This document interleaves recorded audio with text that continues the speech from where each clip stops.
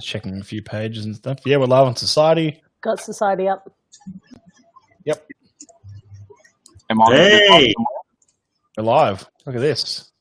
Looks like we are live on... Yep, I can see it.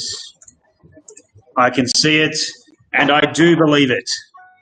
Because once again, a welcome to everyone here for another week of the Whiskey Roundtable. My name is Scott Fitzsimons, and I'm answering the call to introduce again this band of lovable idiots here for the next hour and maybe a bit as we answer all the big questions from a huge week in whiskey. We are down 1 Milne tonight. We are up 1 Matt Bailey.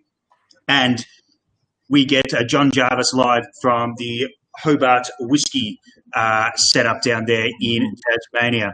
But it's been a huge week of whiskey, as I said, and there's always big questions to come from this. And we're going to answer most of them. Matt Bailey, he was away. What did he learn in his week away? And is that his real hair? How many times did Alex mention Jack Daniels tonight until someone donates a free bottle to us? What the hell have I done to disappoint my family so much that they're the only family that doesn't watch this stream? Is there any truth in the conspiracy that Tasmanians invented this global pandemic just to keep people off their beautiful island? And is it true that John Jarvis sends media pictures of him holding barrels just to intimidate potential interviewers? All this and more in the next hour. But, of course, we're going to fire up the digger and begin the excavation by asking the biggest question. The one question that should be asked in all political debates, because it would be a lot nicer if it was. Ladies and gentlemen, people on the stream, members of the round table, what is in your glass tonight, funky dudes? What an intro, Scotty. That is amazing. Welcome, everyone. Well, in sort of honour of having John on, I have a little Hobart Whiskey signature sample, which was sent with some lovely other stuff that I'll bring up later. But I'm drinking Hobart Whiskey signature and a beer that I won't mention because everyone gives me shit for drinking it. We do, and I've also dug some Hobart Whiskey samples out. I've got a French oak Pinot Noir finish at 57.7%. I've got a little bit left of that one because I enjoyed it, so tucked a little bit aside from, I don't know what cask number it was, 19002. There you go. Yeah. So, Scotty, where's your Hobart Whiskey? Well, I didn't actually think this through because tonight we're actually dual streaming. So the Oak Barrel's got its own beer tasting on. So I'm out the front of the store. And then I was like, what am I going to drink? Well, obviously the samples from Hobart, therefore the virtual tasting for Hobart coming up. So I didn't even think about grabbing them. So they're at the back of the store at the moment as we speak. Yeah. So we might need to have an ad break half an hour in so I could go in. Well, you have like a personal collection of Hobart Whiskey kicking around there somewhere. You can just sort of fetch from under the counter or something. Yep. No, and in other news, a beer at the moment. Hold on, Scott's drinking beer? What? You have been away a week. And I thought this was like some sort of serious round table. This is very serious. There's very serious discussions going on tonight. Clearly, mate, you haven't been watching the last couple of weeks. Well, I have, unfortunately, yeah. So you know what we're all about, a bunch of shit. What are you drinking, John? Well, I'm very simple, so pretty much the same as you, except mine's from a big bottle. Wonderful. What's that one? Sorry, John. What is that? Sorry. That's our Hobart Whiskey signature core range item. Oh, nice. And Can I just say that I love that this is 48.4% as a core range. Well, ABV. Yeah, so the rule is just sort of anywhere between 46 and 50. We'll find a sweet spot. If we have to go over 50, we'll do over 50. Just it's more just about making sure it's not shit. Yeah. And that is the most wonderful description of whiskey. Yeah, it's not shit. Very Tasmanian thing, isn't it? The not shit thing. Not shit. Yeah. It's very Australian, I think, as well. Yeah. Definitely not shit. We're used to dealing with all the shit mainlanders, I think. So, that's our hard and fast rule. It's not shit. Wow.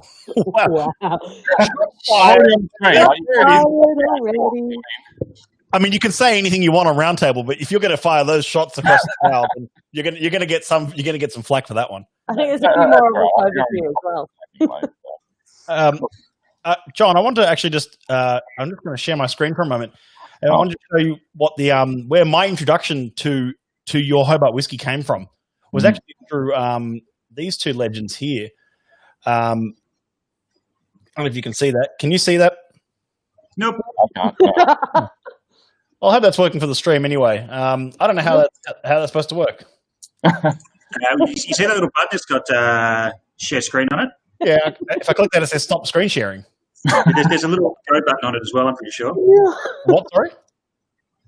We are super professional at this, by the way. Oh, here we go. Sorry, you're right. So here we go. This is where I first found these guys. And I found out about your whiskey through Brooke and Jules hosting a tasting at the Vaults, at the S&W Vault. Yeah, that's a while ago. That's going back a while. And they decided to take 3 Australian whiskies with them. They took their Sullivan's Cove blend, their sort of double cask, their double oak, which was the one that they picked in, I think it was like 50.1% or something like that. Lovely whiskey, that one. They took a Fleurieu. They've got a mad soft spot for Fleurieu at the whole bar there. And they took Hobart Whiskey. And they wanted to showcase sort of the best of what's available at the moment. And it was one of your ex-bourbon barrels from memory. That was our first release, I'm pretty sure. Yeah, and it was there they are present. There's Jules talking a bit of nonsense, being the ambassador, and showcasing the whiskey. And it wasn't until I was actually at Whiskey and Helmet shortly after they were there that I got to taste what was on offer there. And why were you at that event? You were part of that one? I wasn't in Edinburgh that week. There you go. I mean, sorry, but yeah. So yeah. Yeah. All right.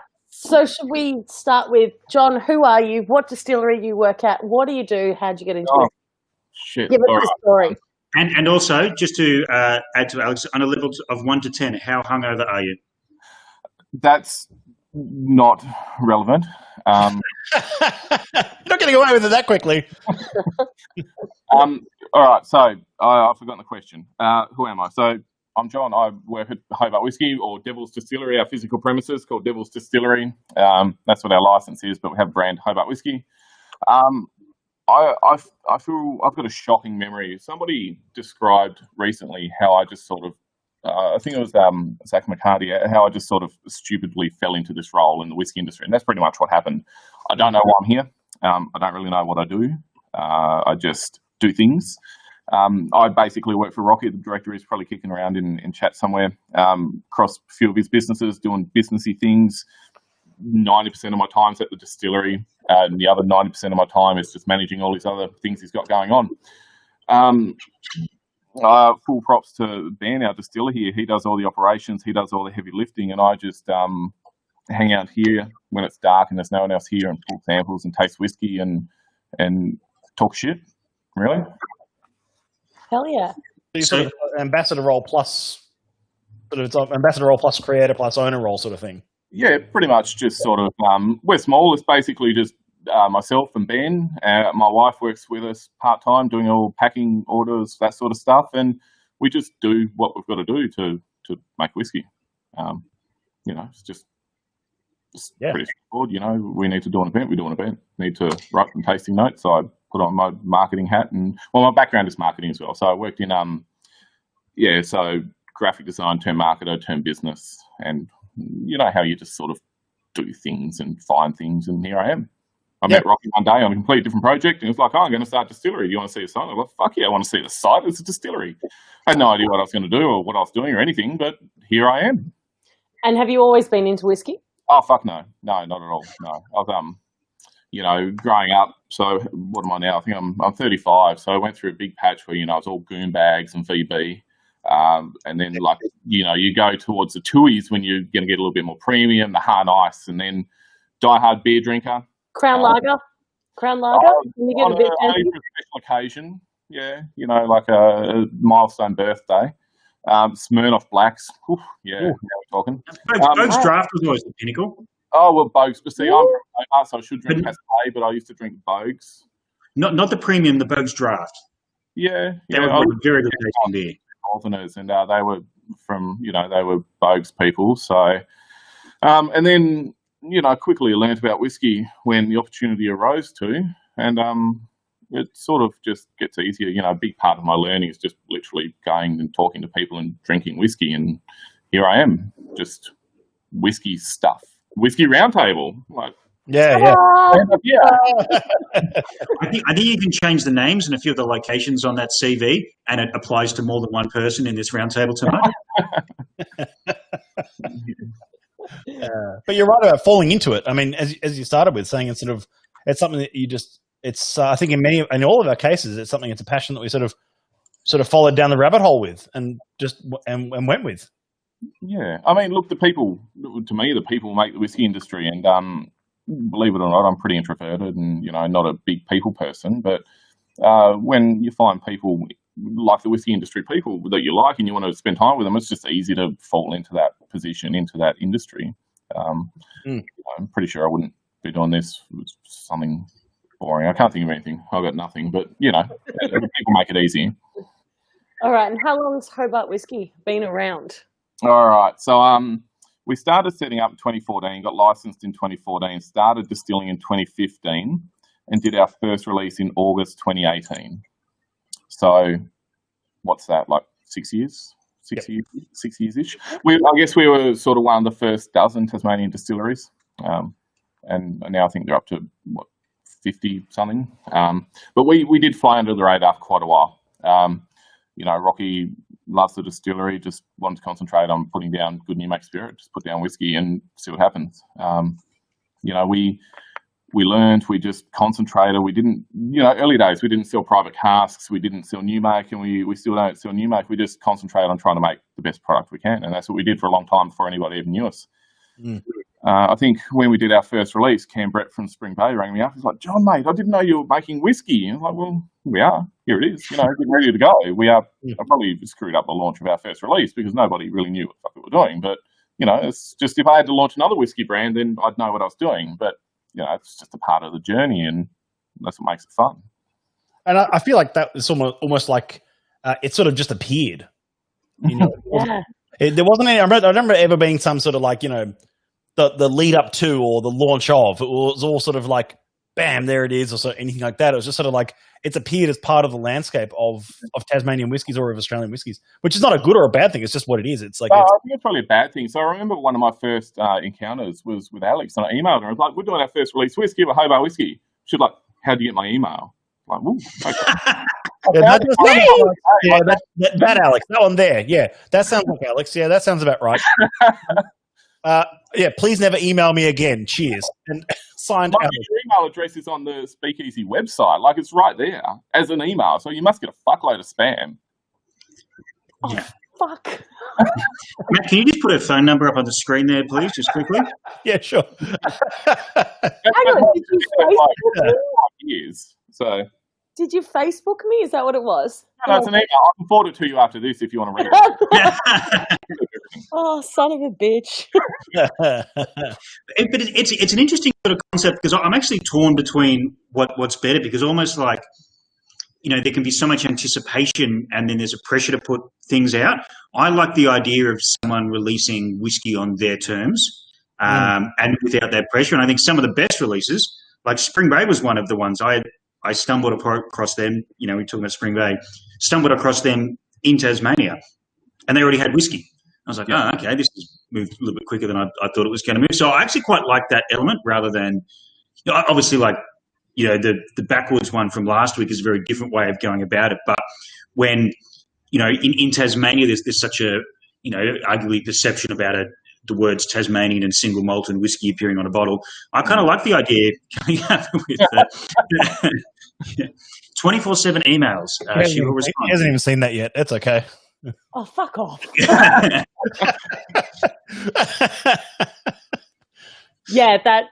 get a million, like a billion. But you replied to mine and were just very direct. How did you get my email? It wasn't, hey, good to hear from you. No, it's also like anyway, okay, wonderful. Well, P.S. I'm a big fan, so I'm a huge fan, especially when you send me like barbecue sauce, apricot preserves, and chili jam. Like, hell, I'm a huge fan. So only recently, is that what you're saying? No, fuck off. I've been messaging you for ages. Don't be like that. Oh, what a dick. All right. You're and Mark Westmoreland says, you never reply to my emails either, Alex. I don't think he's even emailed me. Hello, Whiskey Daddy. Love you, Mark. What is this? It's usually Matt Bailey that gets the shit. Why am I getting it tonight? Sometimes you deserve it. John, and I asked you on this Whiskey Roundtable. Oh, okay. All right. I'll switch it up. Yeah, that's all right. Yeah, we usually aim for Bailey. All right. Okay, I can do that. Yeah. And then I get defensive and I look up and I like get in behind Bailey and give Scott shit. That's what happens. Well, it's good to know he's got your back as well. No. All right, let's talk more about whiskey, please. Yeah. Okay, All right, so I'm drinking the core range now. Is there just the one in it, and it's called Signature? Yes. Yep. Yes. So basically, Scotty touched on it a second ago. We pretty much just do what we want here. We just make whiskey we love. The best advice I got years ago: make whiskey we love and sell it. And that's what we do. So Bond Store is full of American oak ex-bourbon casks. Not full, like we've got some other stuff going on, but a lot of ex-bourbon. So the signature is always just going to be American oak ex-bourbon. We're not committing to like doing one thing or another. It's just about making a quality, price attractive whiskey that tastes good all the time. Yep. Okay. So batch releases at the moment, is that what's going on? Sorry, batch releases? Yeah, so we still just pull casks and bottle as we need to. We're onto our second batch now. Each batch is sort of only like 200 to 300 bottles at a time. It's just, I think the market wants consistency in whiskey. They want to go to the bottle shop and pick up a whiskey that they can get every time. The feedback I was getting from stockists that, didn't ask how I got their email address, was, they'd buy a carton of whiskey or 2 cartons. They'd ring me up in 6 to 8 weeks, be like, John, I need more of this whiskey. I'd be like, fuck, I don't have any. We sell it out. And it can be frustrating. So I think this suits, sort of what people are looking for. I agree. I do. Walk and read the comments at the same time. Do you guys have that trouble as well, or am I meant to ignore the comments? No, you can do both, or you just ignore the comments. That's fine. Okay. People like throwing their 2 cents up in the stream, and we love it. So please keep commenting. Yeah. Hello, Colombia. Hello to our viewers in Colombia tonight. There you go. It's a funny sort of concept that, John, because it's sort of like you've got that consistency, but then you do a lot of weird shit, and like a bottle store like ours, thrives off that weird shit. And I remember the one that we did at the whiskey fair, or sort of was the launch of it, was the Sauv Blanc Botrytis cask, which on paper is pretty weird shit, but in flavour it was unbelievable because, first of all, and I wasn't expecting this, it tasted like whiskey. Which that was a huge bonus point, and then you did get that like sort of intensity on the palate as well. So, I mean, how hard are you monitoring? And I know this is a very tough job, but like, how closely do you monitor that stuff to go, okay, let's not go like so far that we go over the cliff of just experimentation for experimentation's sake? And he has bailed. He's gone. No, that question was too long for Simons, and I'm sick. I'm looking over here. I actually think he's just sitting there looking at the screen. No, there we go. Still got him. Do we monitor like the weird shit or the American ex-bourbon? No, so like those experimental casks. How do you look at them, and how often intently do you monitor them so they don't go too crazy? Look, it's I mean, we've done a fair bit of experimentation just because it's really fucking fun. All right, hang on. I'm gonna tether to my phone because I'm having some issues here. Yeah, here we go. We might have a bit of a drop for a second as you do that. It's all right. You're replacing Milne tonight anyway, so this is perfect. Yeah, it's much better than Bondi. Much better than Milne's standard internet as it is. So, I mean, Milne's not even doing anything. You just can't log in at the moment. He's not riding quick enough on the bike to actually get the lights to go on in his apartment. Milne, you're 21 minutes late. Where are you, mate? My phone. I'm still dialing up. Yeah. Milne might be, in all seriousness, sampling some new Weller releases at Webster's in Newtown tonight. Mm-hmm. Some big yeah. It's probably as bad as that Society cast that Whiskey and Almond released last week. Probably almost as bad as that. Yeah. I mean, how bad is it, though, for you, Bailey? Like, you went to a professional, very, like, expert stream last week, you touched the stars with Brooke and Julian and the Whiskey Name It team, and now you're back slumming it with us. Like, is it just it's just been a week of depression, or It doesn't leave me much to look forward to. Let's be honest. yeah. Oh, hold on, we've got double John. Here we go. Hey, Right, okay, sweet. I'm gonna leave the frozen version of you in there for a while. This is the greatest moment of Frame. All right, there we go. All right. All right. Sorry about that. All right, just distillery Wi-Fi. Terrible. Shall we continue on with that question, Scotty? Where were we at with that? Yeah. Sorry, Scotty. well, I think you were halfway through answering, weren't you? So weird shit. How weird do you let it get before you say no? I'm going to bottle. Don't get any weirder. You weird shit. Well, I mean, I guess it just depends what you consider weird. I thought our Botrytis cask was pretty okay. I mean, it's just one. That's what I mean. Like, it was. Season 1 was a bit weird, and the stout one, and the rum maple, and the bourbon maple, and we just sort of do stuff, and we don't sort of closely monitor stuff. I mean, we keep track of it and we see what it's doing, but because it's all a bit unknown, we don't know when the perfect time to pull it out is sometimes. I think I've mentioned before, like, a lot of what we do is just based on gut feeling. You know, you walk past the cask, you pull a sample, you taste it, and it's like, well, what do we do with it? We might pull it out, put it in stainless, and then, you know, just give it some oxygen, beat it around a bit, as Tim Duckett would say. And then if it's still just, you know, if it's not what we want, we might put it back in the cask, or we might move it to another cask. One thing we do is just move stuff around, and it makes it really fucking complicated to track in the records, but it just means that we're not relying on one cask or one idea or one concept, because if we do that, then, you know, it's just, we've got to make the wood work for us, basically. And we just, how closely we do it, we just do it. I don't know. We just do stuff. Yeah. And on that point, John, you said you got to make the wood work for you, and that's really crucial. How much sort of energy, focus, or sort of what happens before that? Like, what's going on in terms of the spirit side at the moment? Is that developing? Have you seen that change since you first round of stills? Yeah, absolutely. So we started buying wash from Moo Brew. We always intended to do our own brewing, and so pretty quickly we started doing our own brewing because we want that level of control. We don't sort of have like, I mean, we have our mash bill, we have our recipe, we know exactly what we're going to do, but we are always just trying to get better at it. So pretty much our spirit, our casks, everything, we're going with an open mind, because, you know, we're not perfect. We're not making perfect spirit. We're not making perfect whiskey. There's no perfect whiskey in my mind. It's just more about trying to get better every time. But doing something better or having a better product, new make spirit, mash, whatever it is subjective. So, you know, as we go, it's changing because we know more about what we're looking for, I guess.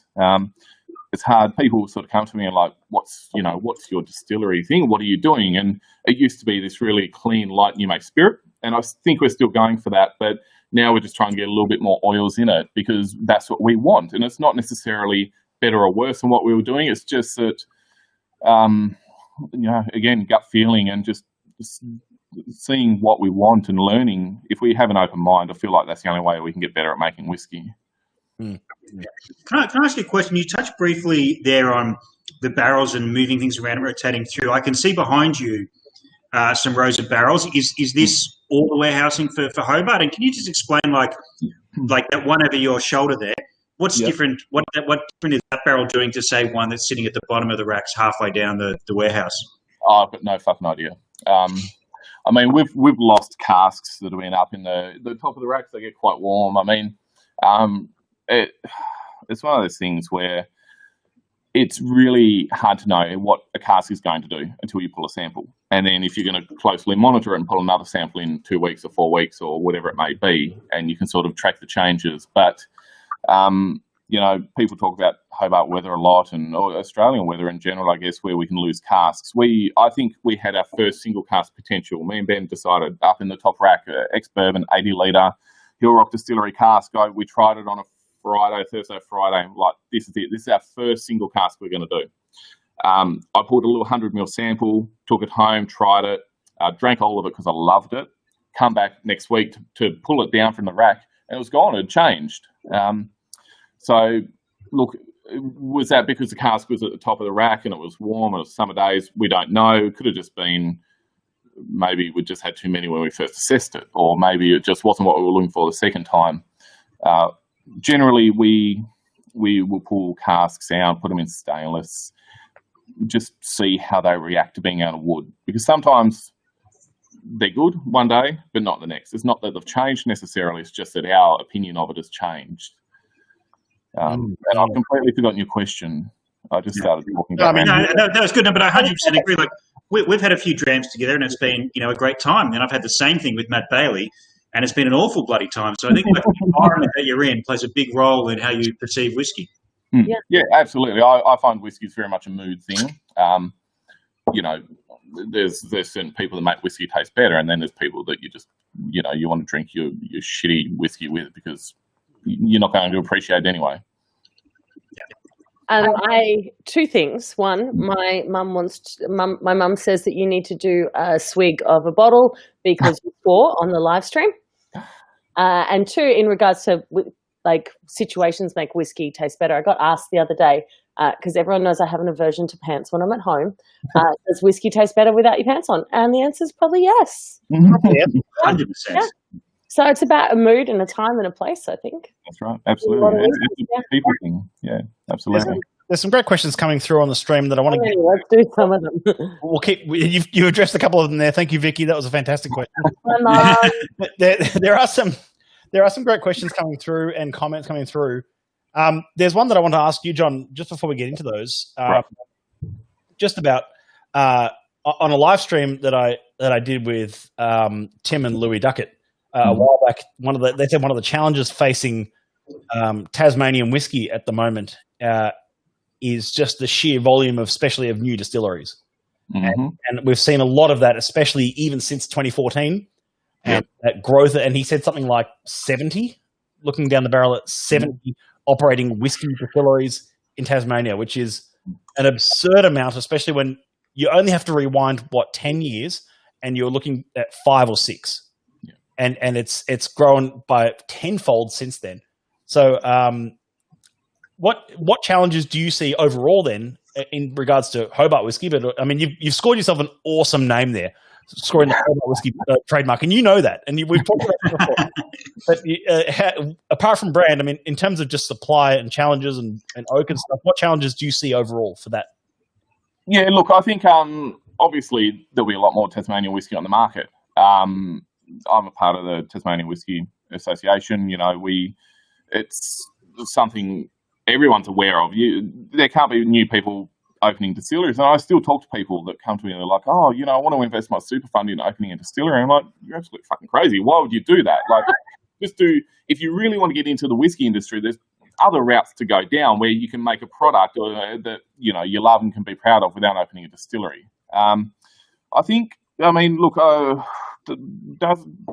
In Scotland, don't they lose more an angel share a day than we produce in a week or something? We're still very small volume.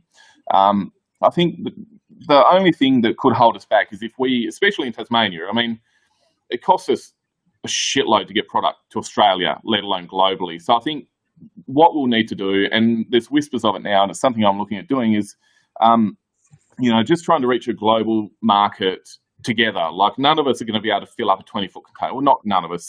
Most of us won't be able to fill up a 20-foot container or a 40-foot container to export. But and this is another good thing about the industry. If we all work together, we might be able to, just keep selling bigger. At the moment, I imagine our market is mainly local. I see most of our product go probably 50% Tasmania, 50% to the mainland. And I think the biggest challenge will be just trying to work out the logistics of getting our whiskey other places. With so many distilleries coming online, I think people will just start to, not so much run out of money or become more frugal, but I've got customers that buy every release without fail. And I've had customers that were buying every release without fail, but I've had to stop because it's just so expensive. So when you've got suddenly 12 Australian distilleries you love, how do you keep buying them? So we need new customers. We need to find a new market. It's something quite a few of us are working on. And you see that as export? Yes, absolutely. Okay. It's an interesting point because we touched on it again with Tim Duckett and Bill Lark when we did our forum chat about Tasmania, that if there's 70 distilleries and they're all, at max production, that's still a tiny drop in the ocean of Australian whiskey consumption, right? Even let alone globally. But there is that element potentially of like Tasmanian whiskey has been very special, and there's enough people in Australia. But if there's one on every street corner, you might start, your local markets becomes very cluttered. Your home base, so you need to play at the away ground rather than your home ground. And I think that's really important. Where you're coming in is to go as a united front and go, okay, we need to be in Melbourne and Sydney and that sort of thing. But I really see that's a really interesting concept of like putting containers on and finding those very artisanal, crafty sort of retailers and on-premise venues overseas that are willing to take 10 cases of 10 different things rather than 10 cases of the same thing. That's right. I mean, Vitalis out there doing it by himself in America, poor bastard. I guess it's that thing where, Tasmanian whiskey, Australian whiskey will always sort of carry a bit of a premium because our staffing costs are higher, our warehousing, everything's just a bit more expensive, and the volumes are smaller than what you can buy other whiskey around the world for. So I guess the other part of that challenge will be, especially from an Australian whiskey point of view, is educating people that age isn't always better. Like, it's all about the whiskey. Each whiskey's got a story and a different, everything is different. So customers that come to me and when I'm doing an event, and they're like, I can buy a Johnny Walker Red for like $40. I'm like, well, fuck mate, you're not my target audience. Like, I can give this to you and you can try it and you can love it, but you're still not going to sink $150 into a bottle. So I think just a part of teaching people to maybe appreciate whiskey a bit more and what we're doing down here and tell the story. I believe Tasmanian whiskey, Australian whiskey is just all about story. Yeah. It's a really good point that you touched on there about the shipping thing as well. We're a big country. People don't always assume, like, we think Sydney to Melbourne, that's easy. But it's a long way. It's expensive.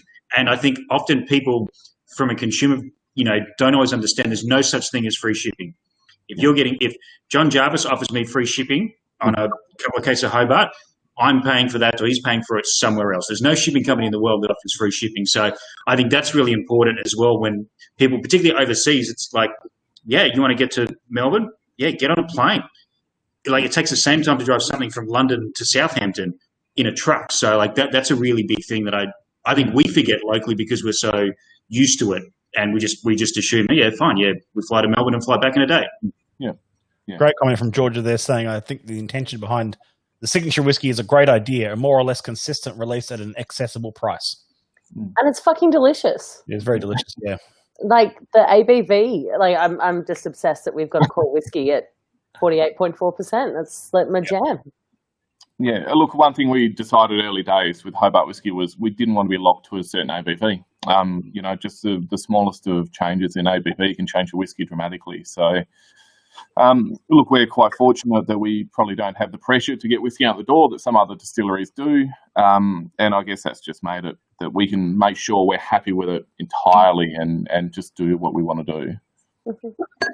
Okay, cool. For like all the copper obsessed people, talk to me about your stills. Still only one. This chat just went from M to MA rating. Yeah, hashtag copper porn. All right, okay. So we have a Peter Bailey, Napalua 1,800 litre copper pot still, based off the old Lark design, so one of his earlier ones that he made.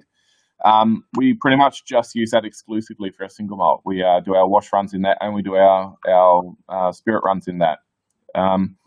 That's pretty much when we started. We have this space here, which is an old egg factory, and we were like, we don't need to spend a lot of money on this really shiny equipment to make whiskey. We can make good whiskey with what we've got. So our brew house, we've just got upcycled dairy vats. We've got an old 4-roller mill that Rocky found out at his olive farm, and we cleaned it up and repurposed it.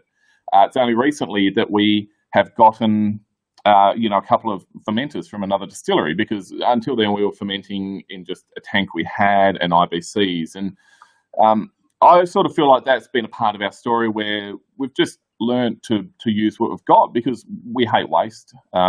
Rocky's Italian. He doesn't get rid of a single thing. And it's just, we didn't need to go and get all this new stuff. So that still was like the crown jewel of the distillery when we started. We knew we wanted that still, we wanted that size, with the intention of either getting a smaller spirit still down the track or a bigger wash still. And it's been 6 years and we still don't know which way to go with that, or if we will. Yeah, it's usually the big wash and the slightly smaller spirit, but there are some distilleries out there with the bigger spirit than wash still, and I always find that fascinating. I can't remember which one it was. There's a Scottish distillery. There's a couple of Scottish distilleries that have that. I think Milton Duff maybe, or it's unusual, but it does happen. Yeah. If you're going to tune in on Saturday night, I'm going to do a bit of a walkthrough and show the distillery. I can't do it tonight because it's an absolute fucking mess. But hopefully. So talk about your event on Saturday night. Who's it with? Right. So basically, COVID hit, and we were like, well, we miss going to events and seeing people, so we just did this whole virtual thing. And that's sort of one benefit we have here is we can make very snap decisions and just do what we want. So we started doing these virtual events on Saturday. We've got 4 samples. We've got Justin Farmer, who's Whiskey in Isolation on Instagram. He's our guest presenter. Each month, 2 months now, we get a different person in to bring their own personality. Last month, we sort of set up on this table, 4 of us, a bit like a panel where basically like this, we just drink whiskey and talk shit for an hour and a bit. It's the best. I sort of like shroud it, like, we're going to have some serious conversation about why we've pulled these cask samples and what we're doing with it. But for 45ml samples, cask strength normally just deteriorates very quickly. Yeah. But it should be fun. So, but I'm allowed to come along and watch this Saturday's one, aren't I? Well, I guess. I mean, I probably can't stop you. I wouldn't recommend. I wouldn't recommend mute him. Like if you mute him, he's fantastic. So just make sure Scotty's muted, and you'll be fine. I've normally got a couple of people that'll always volunteer to come to the distillery and help moderate the event. So in return they get to bask in the glory of the virtual event and drink whiskey. So who wouldn't, really? Well, I can't wait. I'm looking forward to it. That's what I'm doing for my crazy Saturday night this week. Yeah. Get wild. Got the pack. Yeah, I'm excited. I'm super excited. I want to be at the distillery as well because it's annoying me that I can't get to distilleries at the moment. So we'll take you there virtually. So that's a monthly thing. People buy packs online. Presumably, if you're on the mainland, it might be a little bit tough for Saturday night now, but moving forward. Yeah, look, it was a monthly thing. We skipped August because there was some other random whiskey events going on around Australia, up in New South Wales. Sydney Whiskey Forum, maybe. I've forgotten exactly. I don't know. I mean, not important. Not here to Hobart Whiskey events. I don't remember it. So, so we're doing them every 2 months. Look, we don't know what's going to happen when venues open. If there's another, it's just more fun for us, and we won't stop doing them. But every 2 months. Down the track, if it slows down, it might be every 3 months. But it's more just about catching up with the regulars on our stream and just talking a bit of shit. So we've got this one this Saturday. Next one is planned for November 28th. I've already got the date set, which is strange to be this advanced, this far ahead. We're doing some sherry cask samples there. Then I've got another one planned in January with John Jankowski, who I think's seen kicking around the stream.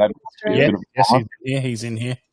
Yeah, and more. It's more for us just being able to, engage with people, our friends, the friends that we've met along our whiskey journey, and talk a bit of shit and drink a bit of whiskey and just have a bit of fun. And that's through your website. They can sign up for that through the website. Yeah, just buy a pack. I send it out. Express post. I've learnt my lesson, not sending express. It's very low key.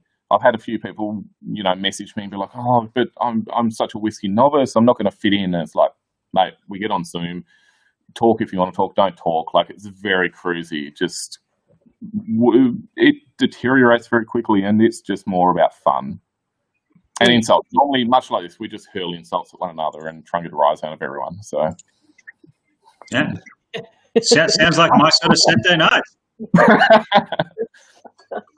All right, can I have a question that you said like you weren't really in the whiskey industry before. What do you love the most about it since you've been in, and what do you least like? What do I love most? Of people, just going to events, doing things, talking to people. What do I dislike about it? Asshole right back to emails rudely. Yeah, just rude customers. No, look, I don't really have any dislikes. Oh, that's a tough one. I mean, I just love everything, but lover, not a fighter. Yeah, well, yeah, that's it. I mean, I cannot really see any negatives to this industry. Just, it's the best industry I've worked in. I've worked in a couple, and it just is a pleasure. Like, I couldn't imagine I would do anything else now. Yeah. And we have a couple of roundtable questions as well that we usually ask. Scotty, do you want to kick one off? I love these ones. You go for it. Well, okay. I don't know. Do I want to kick it off? Yeah, go for it. Okay. If I could pick anyone, actually, I quite like this one. I've asked this to a few people here who've actually come into the store, virtual, like distillers, and in fact, we need to get Lisa Truscott back on because one of her answers to this was excellent. But would you? Actually, no, I'm going to forget that one. Would you what whiskey would you love to go back and try again for the first time? All right. Ardbeg Corov Reckon. It's just one of my favourites. Always got a bottle. And it's probably a bit of a cop out of an answer. Not at all. I don't drink really high-end whiskey. I buy some really nice whiskies, and I justify them with my wife by saying I'm going to collect them. They're going to stay unopened, and I just drink them. I just drink whiskey I buy. I haven't got bottles of whiskey that are unopened unless it's the second bottle. The Corov Reckon was one that got me into peated whiskey. Until then, I was always like, not into peated whiskey. I bought a Lefroy 10 once, took it home, tried it. Fucking worst whiskey I've ever had in my life. And that was another one. The turning point for me was at home. I got a workstation monitor here and another one here, and just sort of open bottles behind the screen for quick access. Just drank to the glass when you're working. And I tried this Lefroy 10, hated it, put it behind the monitor, and then like a few days later, I was thinking like, fuck, I could actually really go some burnt Band-Aids and peated whiskey and ashtray, and I got into it. They were Ardbeg Corov Reckon and the Lefroy 10, my two whiskies. I'd go back and I think I would appreciate them again. I'd appreciate them more now, second time around. I'm sensing a theme. Yeah. Also, I want to establish on that question. This now goes to everyone. Are you team Corov Reckon or team Ugadale? Corov Reckon. I'm firmly Ugadale. Oh, fuck. Well, can we lock him or mute him or get rid of him? Or Oh my God. Why? Not until Saturday. I think the biggest problem is I know how to pronounce Corov Reckon. I can't pronounce the yeah, that one. Ugadale. Yeah. I have been I think Ugadale for me has got better and better in the last few years because personally, and this is purely personal opinion, the Ardbeg 10 has got worse and worse. Oh, no. I've been thinking better over the years. You reckon? No. I reckon, for sure. I'm not a huge fan of Ardbeg 10 at the moment. I can say that about Ardbeg 10, but I can't say the same about Talisker 10. That's true. And Lager 16. God, I don't need girlfriends with you bitchy lot around, do I? We haven't even started talking about how Melanie Sorry. Dear Diageo, we're sorry. There you go. I'm sure they'll regret it. So I made up a drink on the spot. Somehow I was a bit drunk the other night out. Funny, surprise. And the boys were drinking creaming soda behind this bar. And I was like, oh my God, give me one. I'm going to have one. And they're like, what do you want with it? And I'm like, well, what whiskey would you have with it? And they're like, I'd have a white spirit with it. And that's when I was like, get out with your bad self. No, we're not doing that. They're like, well, what whiskey do you drink? And I'm not allowed to say the one that I said to them because I always get in trouble for saying it. Yeah.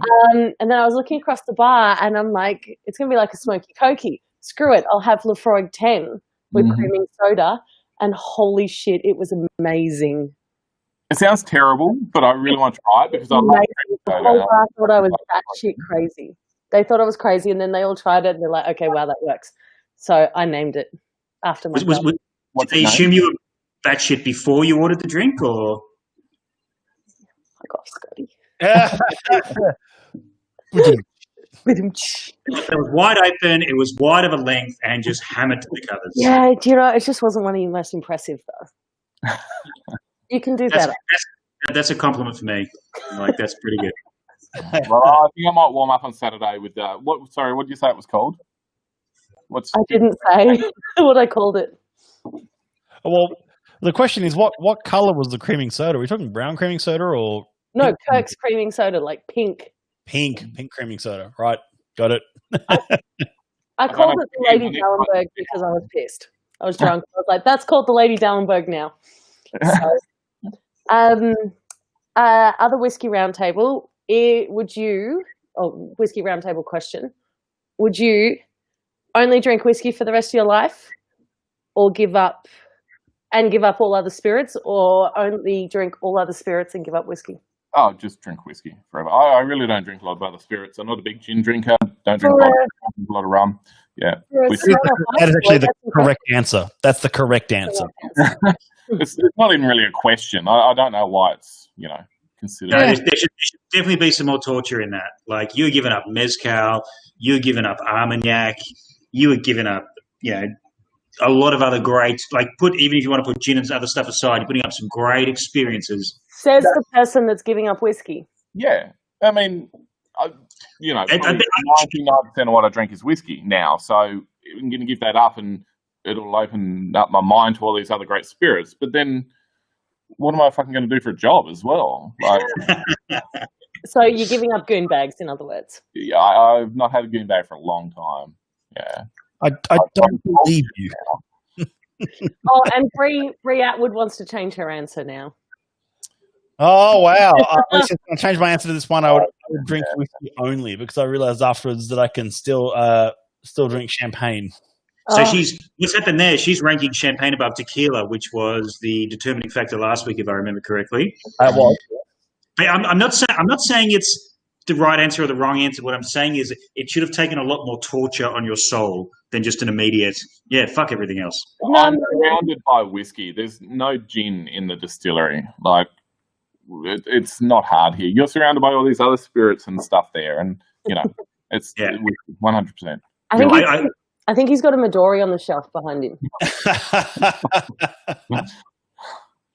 I mean, all the colours of the rainbow. And Desert Island Dram. Oh, fuck. This is proper gun to your head time. I'm really sorry. Holy hell, you swear more than I do. This is amazing. It's doing it, isn't it? I'm actually trying to look like an angel. Oh my God! Welcome to the chat. This is great. Oh shit! Benriach Port Cask, 2006. Oh, very specific. Ooh, very specific collection. One of my favourites. One that I've got several bottles of. What is that? He found it under his desk. It's Hobart rum or something. Hobart barrel-aged gin.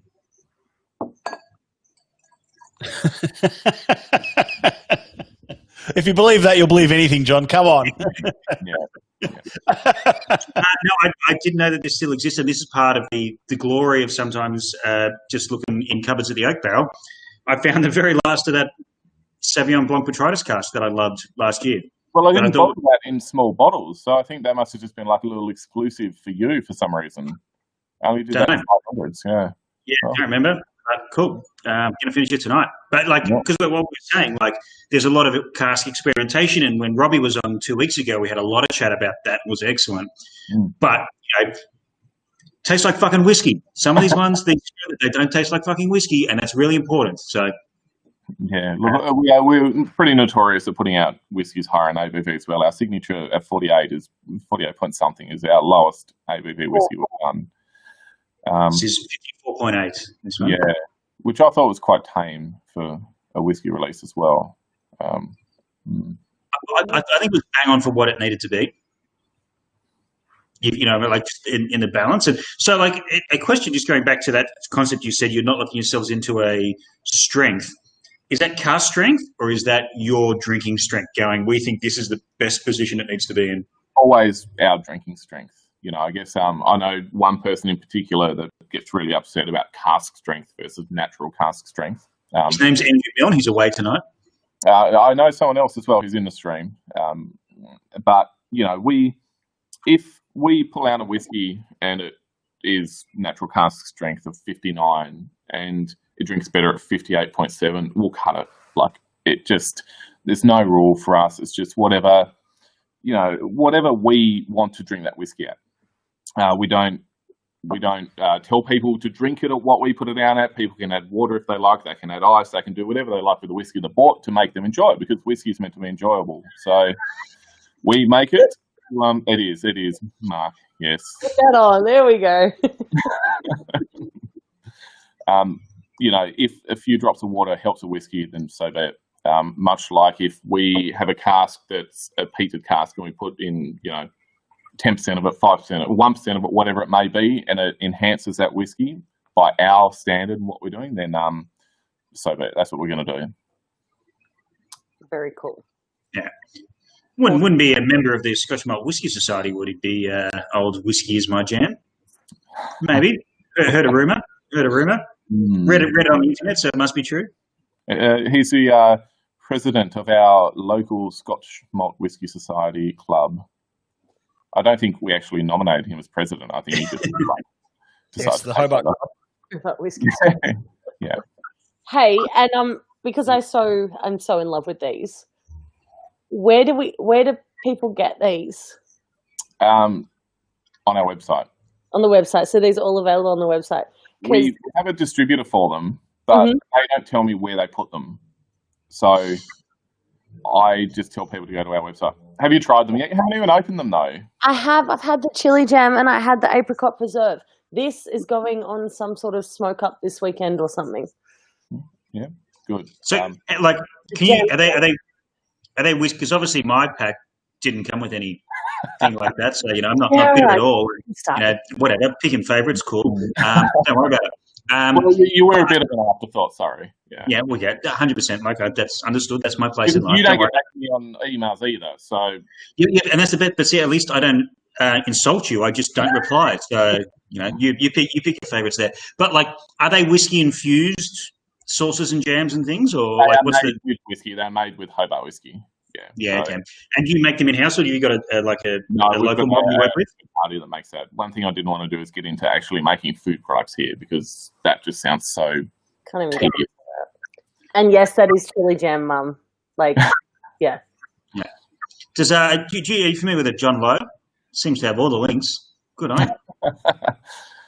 Yeah, that's good. I had a few plants in the stream tonight, so it's all about sales. He's out roundtable the roundtablers. I think he's nailed it.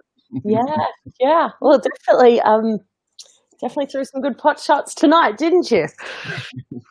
I don't know if anyone can see this, but we seem to keep losing Bailey, which I think this is genius. We should make him host all the time because he keeps disappearing into never. Oh my God! And all the screenshot now. Yeah, all the shit he actually gives Milne. This is amazing. Yeah, please screenshot Bailey now. Because God knows what's going on there. Speaking of Milne, we do need to talk about him a little bit, because it's unfair to have someone absent and not give them their fair share of shit. So, just like, he represents some good brands, good looking rooster, but just a shit bloke, don't you think? Can fucking talk. As opposed to the round table. Yeah, but he's the most knowledgeable little shit I've come across in the world. Like, holy hell, the truth bombs he drops, and occasionally you hear the name drop as well. But like, some of the stuff he comes up with is just amazing and out of this world. So there you go, backhanded compliment. Yeah, it's always like, and because he did a very similar role to what I do now in like working at the Whiskey Exchange and running the Whiskey Show, but like on a much bigger scale, and obviously the Whiskey Exchange in London and the Whiskey Show in London has a slightly bigger pool for European distillers. I've got a bigger pool with, John Jarvis at Hobart, I reckon, than the Whiskey Exchange. But, we'll trade that out. But, like, it's always this concept of, we saw that model. We were, like, all thinking about that. He was like, yeah, I ran that. It's like, fucking hell, of course you did. Oh, dear. What's going on with Wales? We have lost, like, that is straight off stump, and the bales are off. They are gone. They are somewhere down at third man at the moment. Yes. Don't know why there's so many cricket references tonight, but there we are. Yeah. I'm trying to get hold of him. John, like, outside of the virtuals and the monthly things that have been rolling out, like, what's next? Obviously, there's the signature, and we want that to be accessible and, you know, sustainable and, you know, consistent. Is it like things leading up to Christmas? But more interesting for me, like 2021, what can we expect to see? What sort of thing can we expect to see from Hobart? I honestly have no idea. I wrote a business plan and it lasts like 2 weeks before we change our mind and do something different. Yeah, I know. Also, just very quickly, this might end at any point if Bailey goes down. So, if we disappear, we apologise. But sorry, continue. Yeah. So look, you know, we just want to get back to normal. We want to do events. Right now we're just concentrating on getting rich with the core range product. We love it. We think that's what people want. And we'll keep doing our limited releases. What we've got in the works, I'm just not going to tell you right now because partially I don't know. You know, we've got a fair bit of stuff going on, but for 2021, we just want to ramp up with the events, with the people and the engagement, because that's what it is for us, just going and seeing people and talking to people and doing whiskey stuff. There's not really anything else exciting going on. I think when Alex messaged me the other day, she's like, you know, come to the Whiskey Roundtable. I'm like, why? We don't really have a lot going on. We don't have anything exciting in the works. Yeah. I mean, when Alex suggested it to me as well, I said, why? Thank you, Scotty. Again, that was bounce at half length, perfect height, swung away to fine leg. Yeah. No, it's just more about meeting people and having fun. And we did an interview today for the four of us, which was pretty cool. And a lot of what we said about it was just purely meeting people and talking.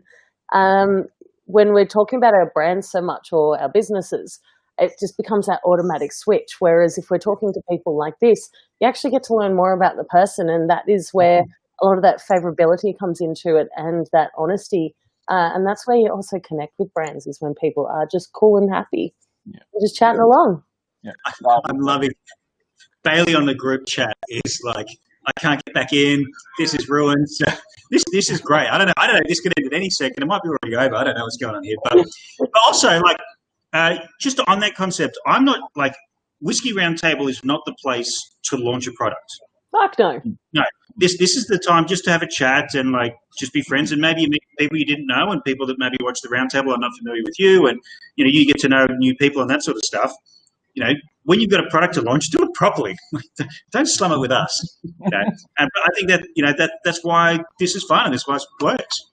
Yeah. Yeah. Look, I love this. And I don't really want to pay Scotty a compliment, but the Whiskey Fair last year was the highlight of my whiskey events I've done. Like, it was so much fun, just the amount of people there. I was still a bit green. I didn't know so many people. I probably walked past, you know, half the people that you talk to. But that's what I love about it, just doing that sort of stuff.